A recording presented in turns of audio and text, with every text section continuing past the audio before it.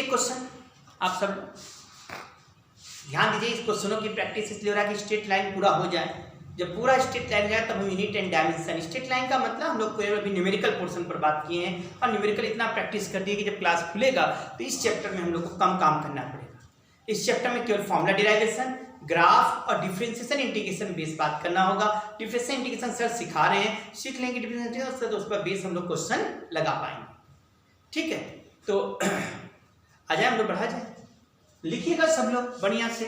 A particle is drop from certain height. A particle is drop from certain height. Last meter before striking the ground, last meter before striking the ground, it covers in 0.1 second. It covers in 0.1 second. In 0.1 second. Find height from which particle is dropped. Find height from which particle is dropped. Question simple सा था। Particle drop किया, जैसे ही drop बोला तो u zero हो गया और कहा कि जो लास्ट मीटर है, लास्ट मीटर जो है लड़ने से पहले जो लास्ट मीटर है वह 0.1 सेकेंड में कवर कर रहा है। लास्ट मीटर 0.1 सेकेंड में कवर कर रहा है। सुनाई दे रहा है ना? तो आपको बताना है कि किस हाइट से टोटल गिराया गया। थोड़ी चालाकी रखिए। 0.1 सेकेंड जो लास्ट है उसमें वो 1 मीटर चला, मतलब ये स्पीड u मान लिया जाए, h1 है तो 1 equal to u into t का मतलब 0.1 हो गया, प्लस हाफ g10 हो गया और t स्क्वायर 0.1 का स्क्वायर 0.01। बड़े अच्छे से ध्यान देंगे, 2 से इसको काट देंगे 5 आ जाएगा। 0.1 u जो है, 0.1 u जो है इसको इधर ले आइए, 1 माइनस 0.01 हो गया, 1.05 हो गया। अब ये ध्यान देंगे तो यहां हो जाएगा 0.95।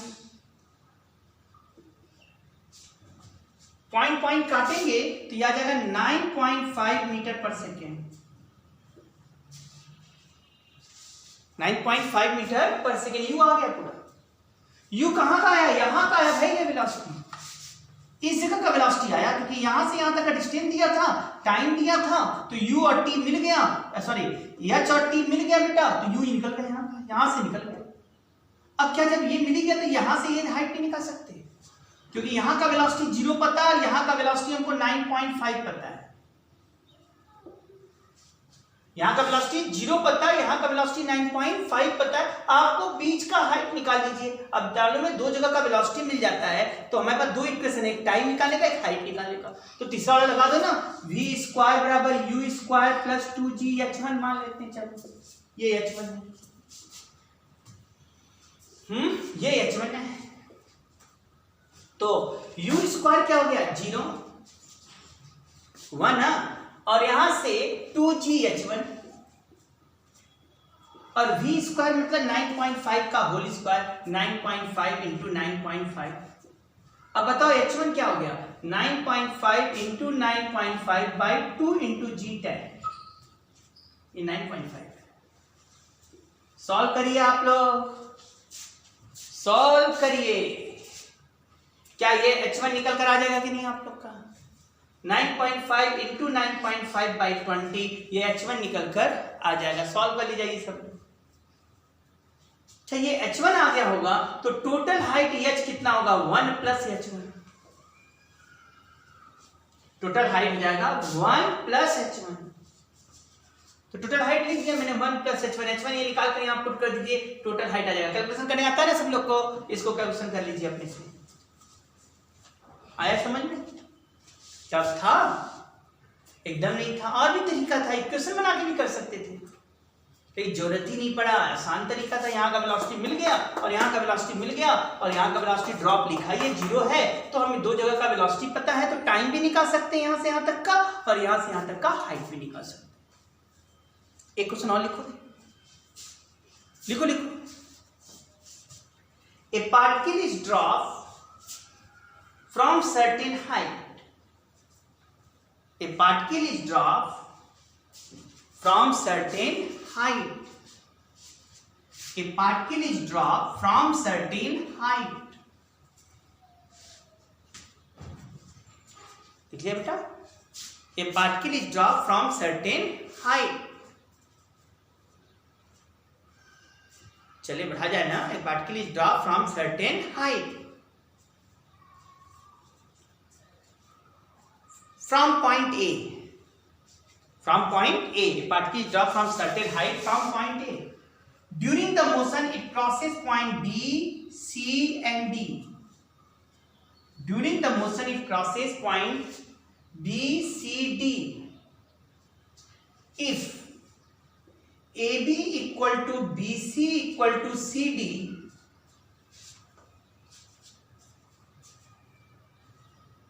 if AB equal to BC equal to CD, and time taken to cover AB distance is T1, to cover BC distance is T2, and to cover CD distance is T3, and time cover during AB distance is T1, during BC distance is T2, and CD distance is T3। Find T1 raised to T2 raised to T3। Find T1 raised to T2 raised to T3। Find T1 raised to T2 raised to T3। चले हम लोग, आइए। कहां से drop किया बेटा? ए से drop किया, यू क्या है? 0 है। A B B C C D बराबर है ना, मान लो ए बी डिस्टेंस x है, बी सी भी x है। चालाकी से करना भाई, देखो ये टाइम T1, ये टाइम T2, ये टाइम T3 निकालना है। यहां का u 0 है, यदि हम यहां से निकालना की कोशिश करेंगे T2, पहला वाला तो तुरंत निकल जाएगा। x बराबर क्या हो गया? हाफ जी T1 स्क्वायर भाई, u 0 है तो, और T1 बराबर हमने बड़े अच्छे लिख दिया 2x बाई जी। लेकिन जो स्टूडेंट, सब लोग अपने से पॉज करके लगा लो भाई, फिर हमसे बात करना ना, पॉज कर लो, लगाओ। अब जो स्टूडेंट यहां से लगाएगा, उसको यहां का u चाहिए ना, जिसे लिख देगा x by ut plus half G T square. जब यहां से आप लगाओगे x बाई ut, तो ये T2 समय यहां से है, तो यहां का वेलोसिटी लेना पड़ेगा, और यहां का वेलोसिटी, यहां का 0 है, यहां t1 समय बाद बात करोगे तो यहां का वेलोसिटी g T1 हो जाएगा। x बराबर u T2 प्लस हाफ जी T2 स्क्वायर, कॉम्प्लिकेटेड हो जाएगा। इसलिए हम कहते हैं चालाकी के लिए हम यहां से यहां तक का बात करेंगे। जहां से डिस्प्लेसमेंट लेते हैं वहीं से वेलोसिटी, वहीं से टाइम मेजर करते हैं। जैसे यहां से करेंगे तो यहीं से हमें डिस्प्लेसमेंट ले रहे हैं, तो यहीं का वेलोसिटी, इनिशियल वेलोसिटी होगा, और यहीं से टाइम लेते हैं। लेकिन यहां से लेंगे तो u 0 हो जाएगा, इसका फायदा उठा सकते हैं। तुम ही बताओ, ये x और x मिलकर क्या 2x हो गया कि नहीं? u यहां क्या हो गया? 0। टाइम कितना हो जाएगा? हाफ जी T1 प्लस T2 का होल स्क्वायर। यदि हमारे स्टूडेंट थोड़े से भी समझदार हैं तो लिख सकते हैं T1 plus T2 equal to root 4x by g. अब समझ आ रहा है ना? पूरा यहां से यहां तक देख लिया। क्यों नहीं यहां से ये यहां से लेते तो यहां का वेलोसिटी निकालते और इक्वेशन फंस जाता है। x बराबर u T2 plus half g T2 square, u की जगह g T1 लिखना पड़ता है, यहां का वेलोसिटी निकालना पड़ता है g T1। अब आता है x बराबर g T1 T2 plus half g T2 square, T2 भी आ गया, T1 भी आ गया, फिर T1 रखो, मतलब बहुत कॉम्प्लिकेटेड हो जाता है, फिर T1 रखते तो बहुत कॉम्प्लिकेटेड आ जाता है। तो ऐसे को बचाने के लिए हमने ये चीज अपनाया। अब इसमें फायदा क्या? T1 का वैल्यू रख दो, T2 आ जाएगा। T2 equal to root 4x by g minus T1, और T1 है रूट 2x बाई जी। जो स्टूडेंट समझदार है वो समझ गए होंगे, यहाँ root 2x by ji common कर दें तो हमारे ब्रैकेट में रूट 2 माइनस 1 है।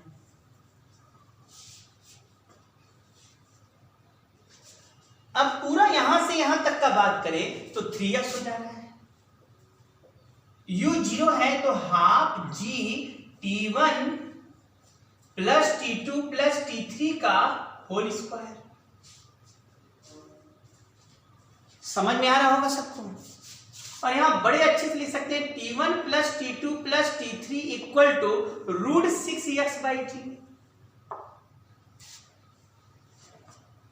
अब बताइए t1 प्लस t2 क्या हुआ, √4x/g। t3 बराबर क्या लिखाएगा, √6x/g माइनस √4x/g। इसमें से √2x/g कॉमन हो गया तो ब्रैकेट में आएगा √3 माइनस √2। अब बताइए आप लोग कर सकते हो कि नहीं, t1 raise to t2 raise to t3, √2x/g √2x/g cut जाएगा और यह आ जाएगा 1 raise to √2 minus 1 raise to √3 minus √2 हो गया। t1 raise to t2 raise to t3 1 raise to √2 minus 1 raise to √3 minus √2। क्या यहां तक खेल खत्म हुआ कि नहीं? अब आप लोग को समझ में तो आ गया होगा, बड़े अच्छे से आ गया होगा। तो ये t1 t2 t3 का रेशियो निकल कर आ गया, 1 raise to √2 minus raise to √3 minus √2 हो गया। खेल मेरा समाप्त हो गया, t1 t2 t3 का भी रेशियो निकल कर आ गया। बंद करें। चलिए ये क्वेश्चन भी आ गया। अब तुम लोगों को एक और कंसेप्ट देकर तब हम खेलना चाहेंगे, ठीक है ना। एक कंसेप्ट और खेलने का मन मेरा कर रहा है, वो समझा ले कंसेप्ट, उसके बाद फिर क्वेश्चन का क्वेश्चन चलता जाएगा चलता जाएगा। क्या दे ही दे, क्या दे देते, लिखो लिखो लिखो लिखो, हाँ लिखो। Droplet falls from ceiling, ceiling समझते हो ना, छत छत। Droplet falls from ceiling, droplet falls from ceiling at regular interval of time, at regular interval of at regular interval of 1 second, at regular interval of 1 second, at regular interval of 1 second. When first droplet strike the ground, when first droplet strike the ground, सुनाई दे रहा है ना, when first droplet strike the ground, sixth droplet is just to fall. When first droplet strike the ground, sixth droplet is just to fall from the ceiling. When first droplet strike the ground, sixth droplet is just to fall from the ceiling. Find the height of third droplet.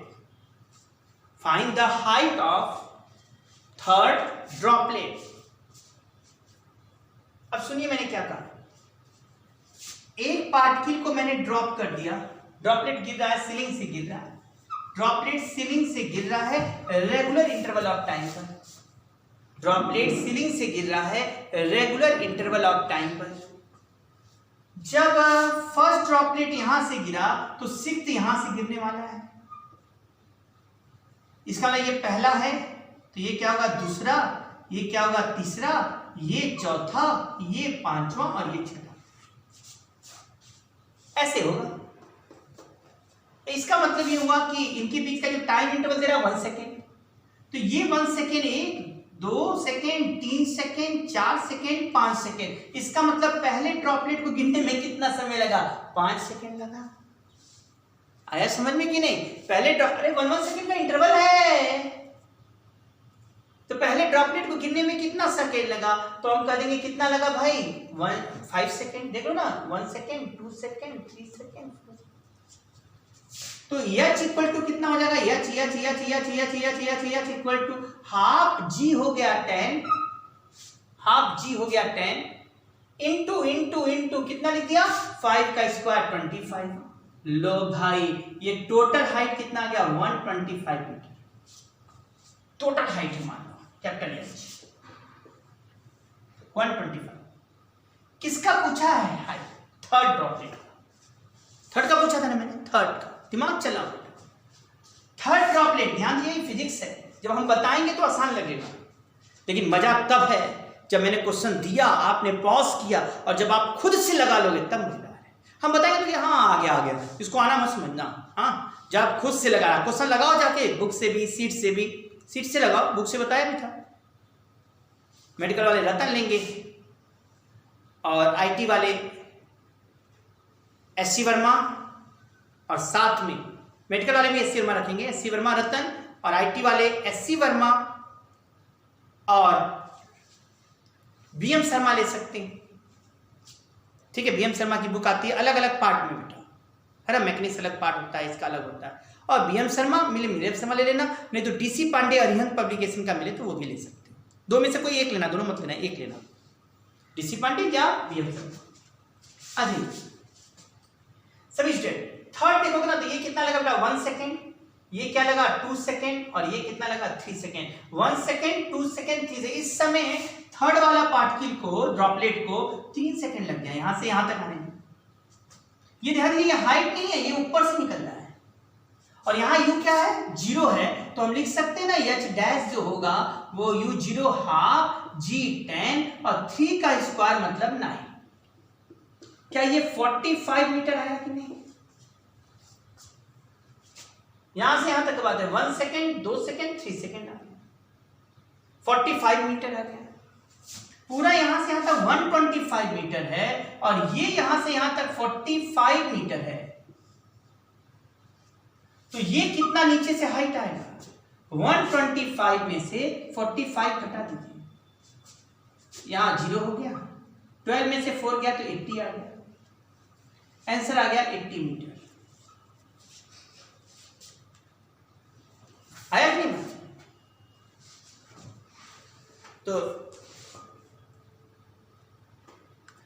समझ में आया कि नहीं आया तो ये एक काम हम लोग का क्या हो गया क्लियर हो गया खत्म हो गया बात। चलिए नेक्स्ट क्वेश्चन की तरफ तो नेक्स्ट क्वेश्चन कितना हुआ भाई लगा लिए ना सब लोग लिखो एक question A particle is drop नहीं